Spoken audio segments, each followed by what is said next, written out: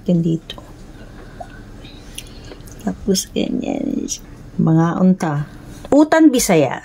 Ito yung mga sangkap. Malunggay. Ito, kilala nyo pa ba to? Alugbati. Kalabasa, mga bata. Talong. Patola. Sitaw. Lots of okra. Bilang pampabango. Tanglad. Try ko lang lagyan nito. Dahon daw to ng sitaw. Sibuyas lang, tsaka kamatis.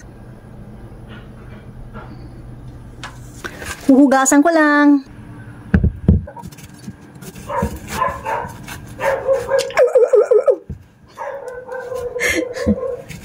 Very, very light lang natin siyang babalatan. May vitamins din sa balat niyan.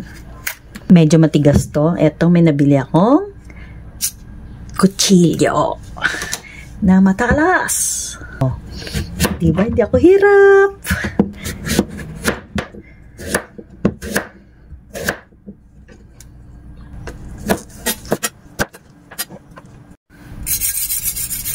Huhugasan ko lang to ulit.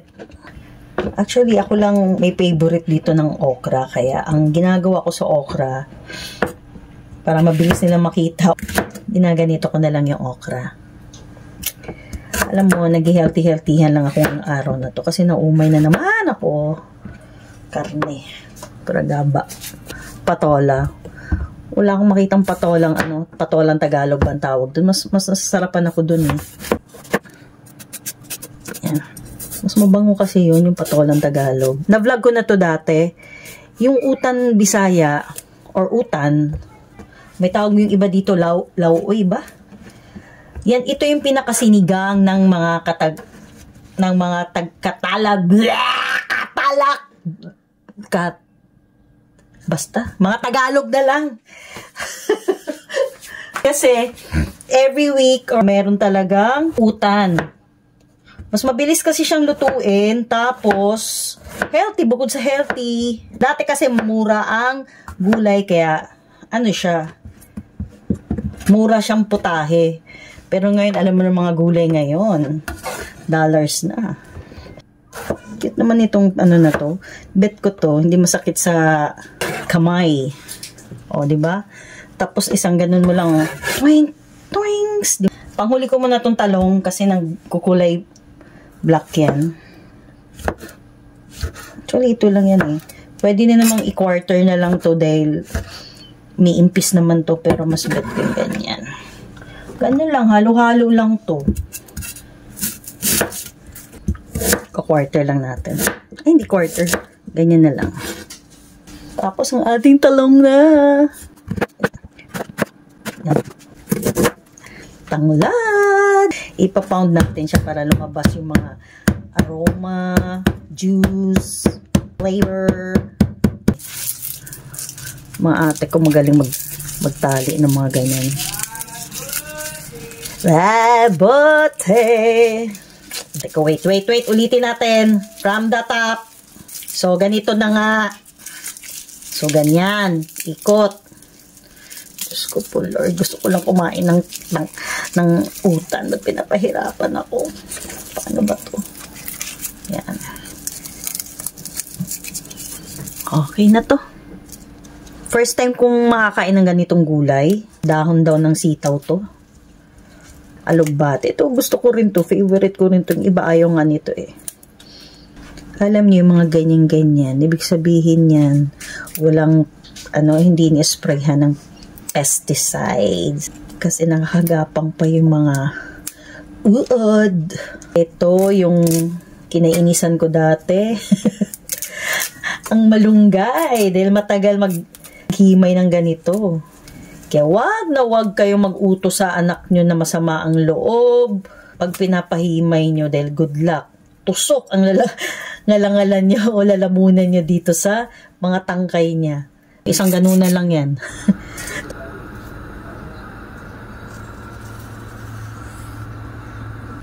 Magpiprito lang ako ng isda bilang pansahog at ulam namin.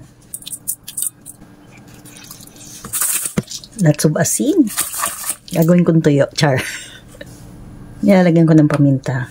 Gustong-gusto ko yung mga maliliit na galunggong kasi pag pinirito mo siya, ta super crispy. Sarap.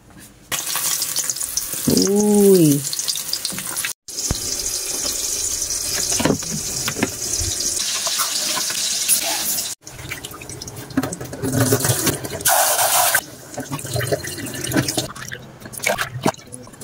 Lipat natin. Nag-overflow na. Ah!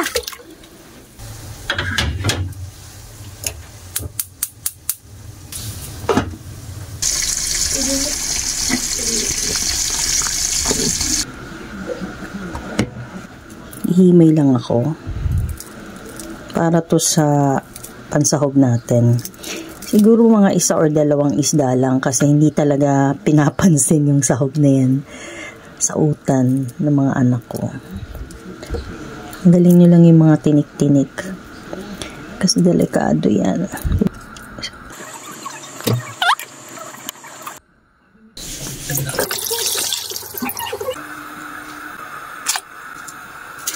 Hayaan lang muna natin siyang kumulo.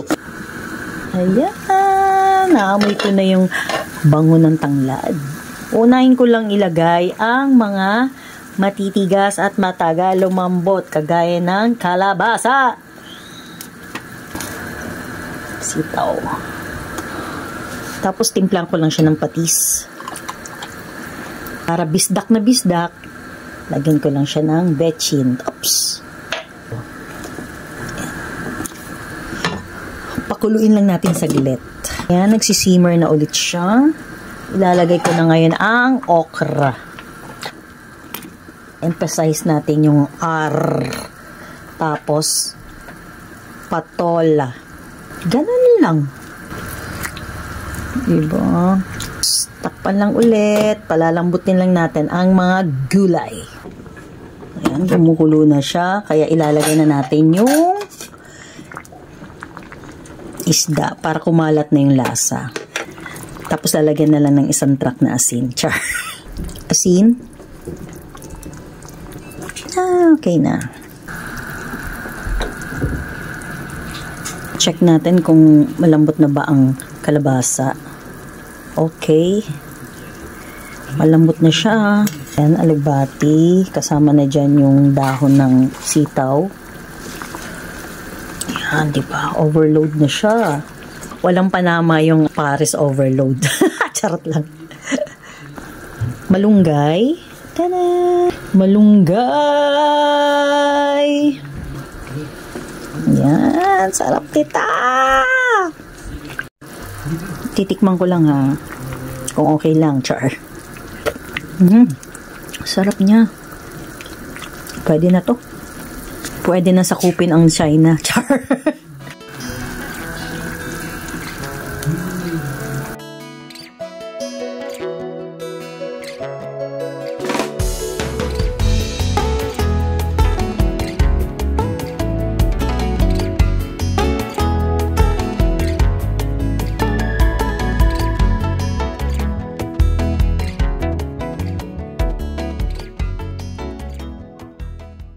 Tayo.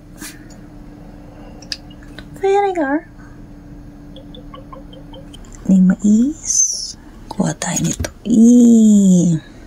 Tapos meron tayong sabaw.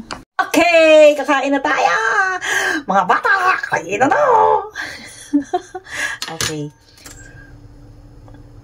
Utan!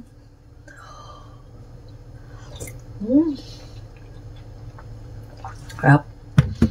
Tapos ang ating bigas, mais, bigas, whatever. Eh, sarap nito, men. Ito, sausaw mo sa, suka at saka toyo lang. Tapos ito,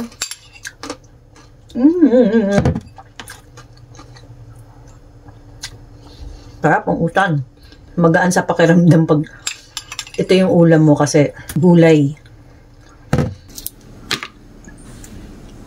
Sausaw natin dito. Tapos ganyan. Sarap! Thank you for watching, guys. Mga una pa.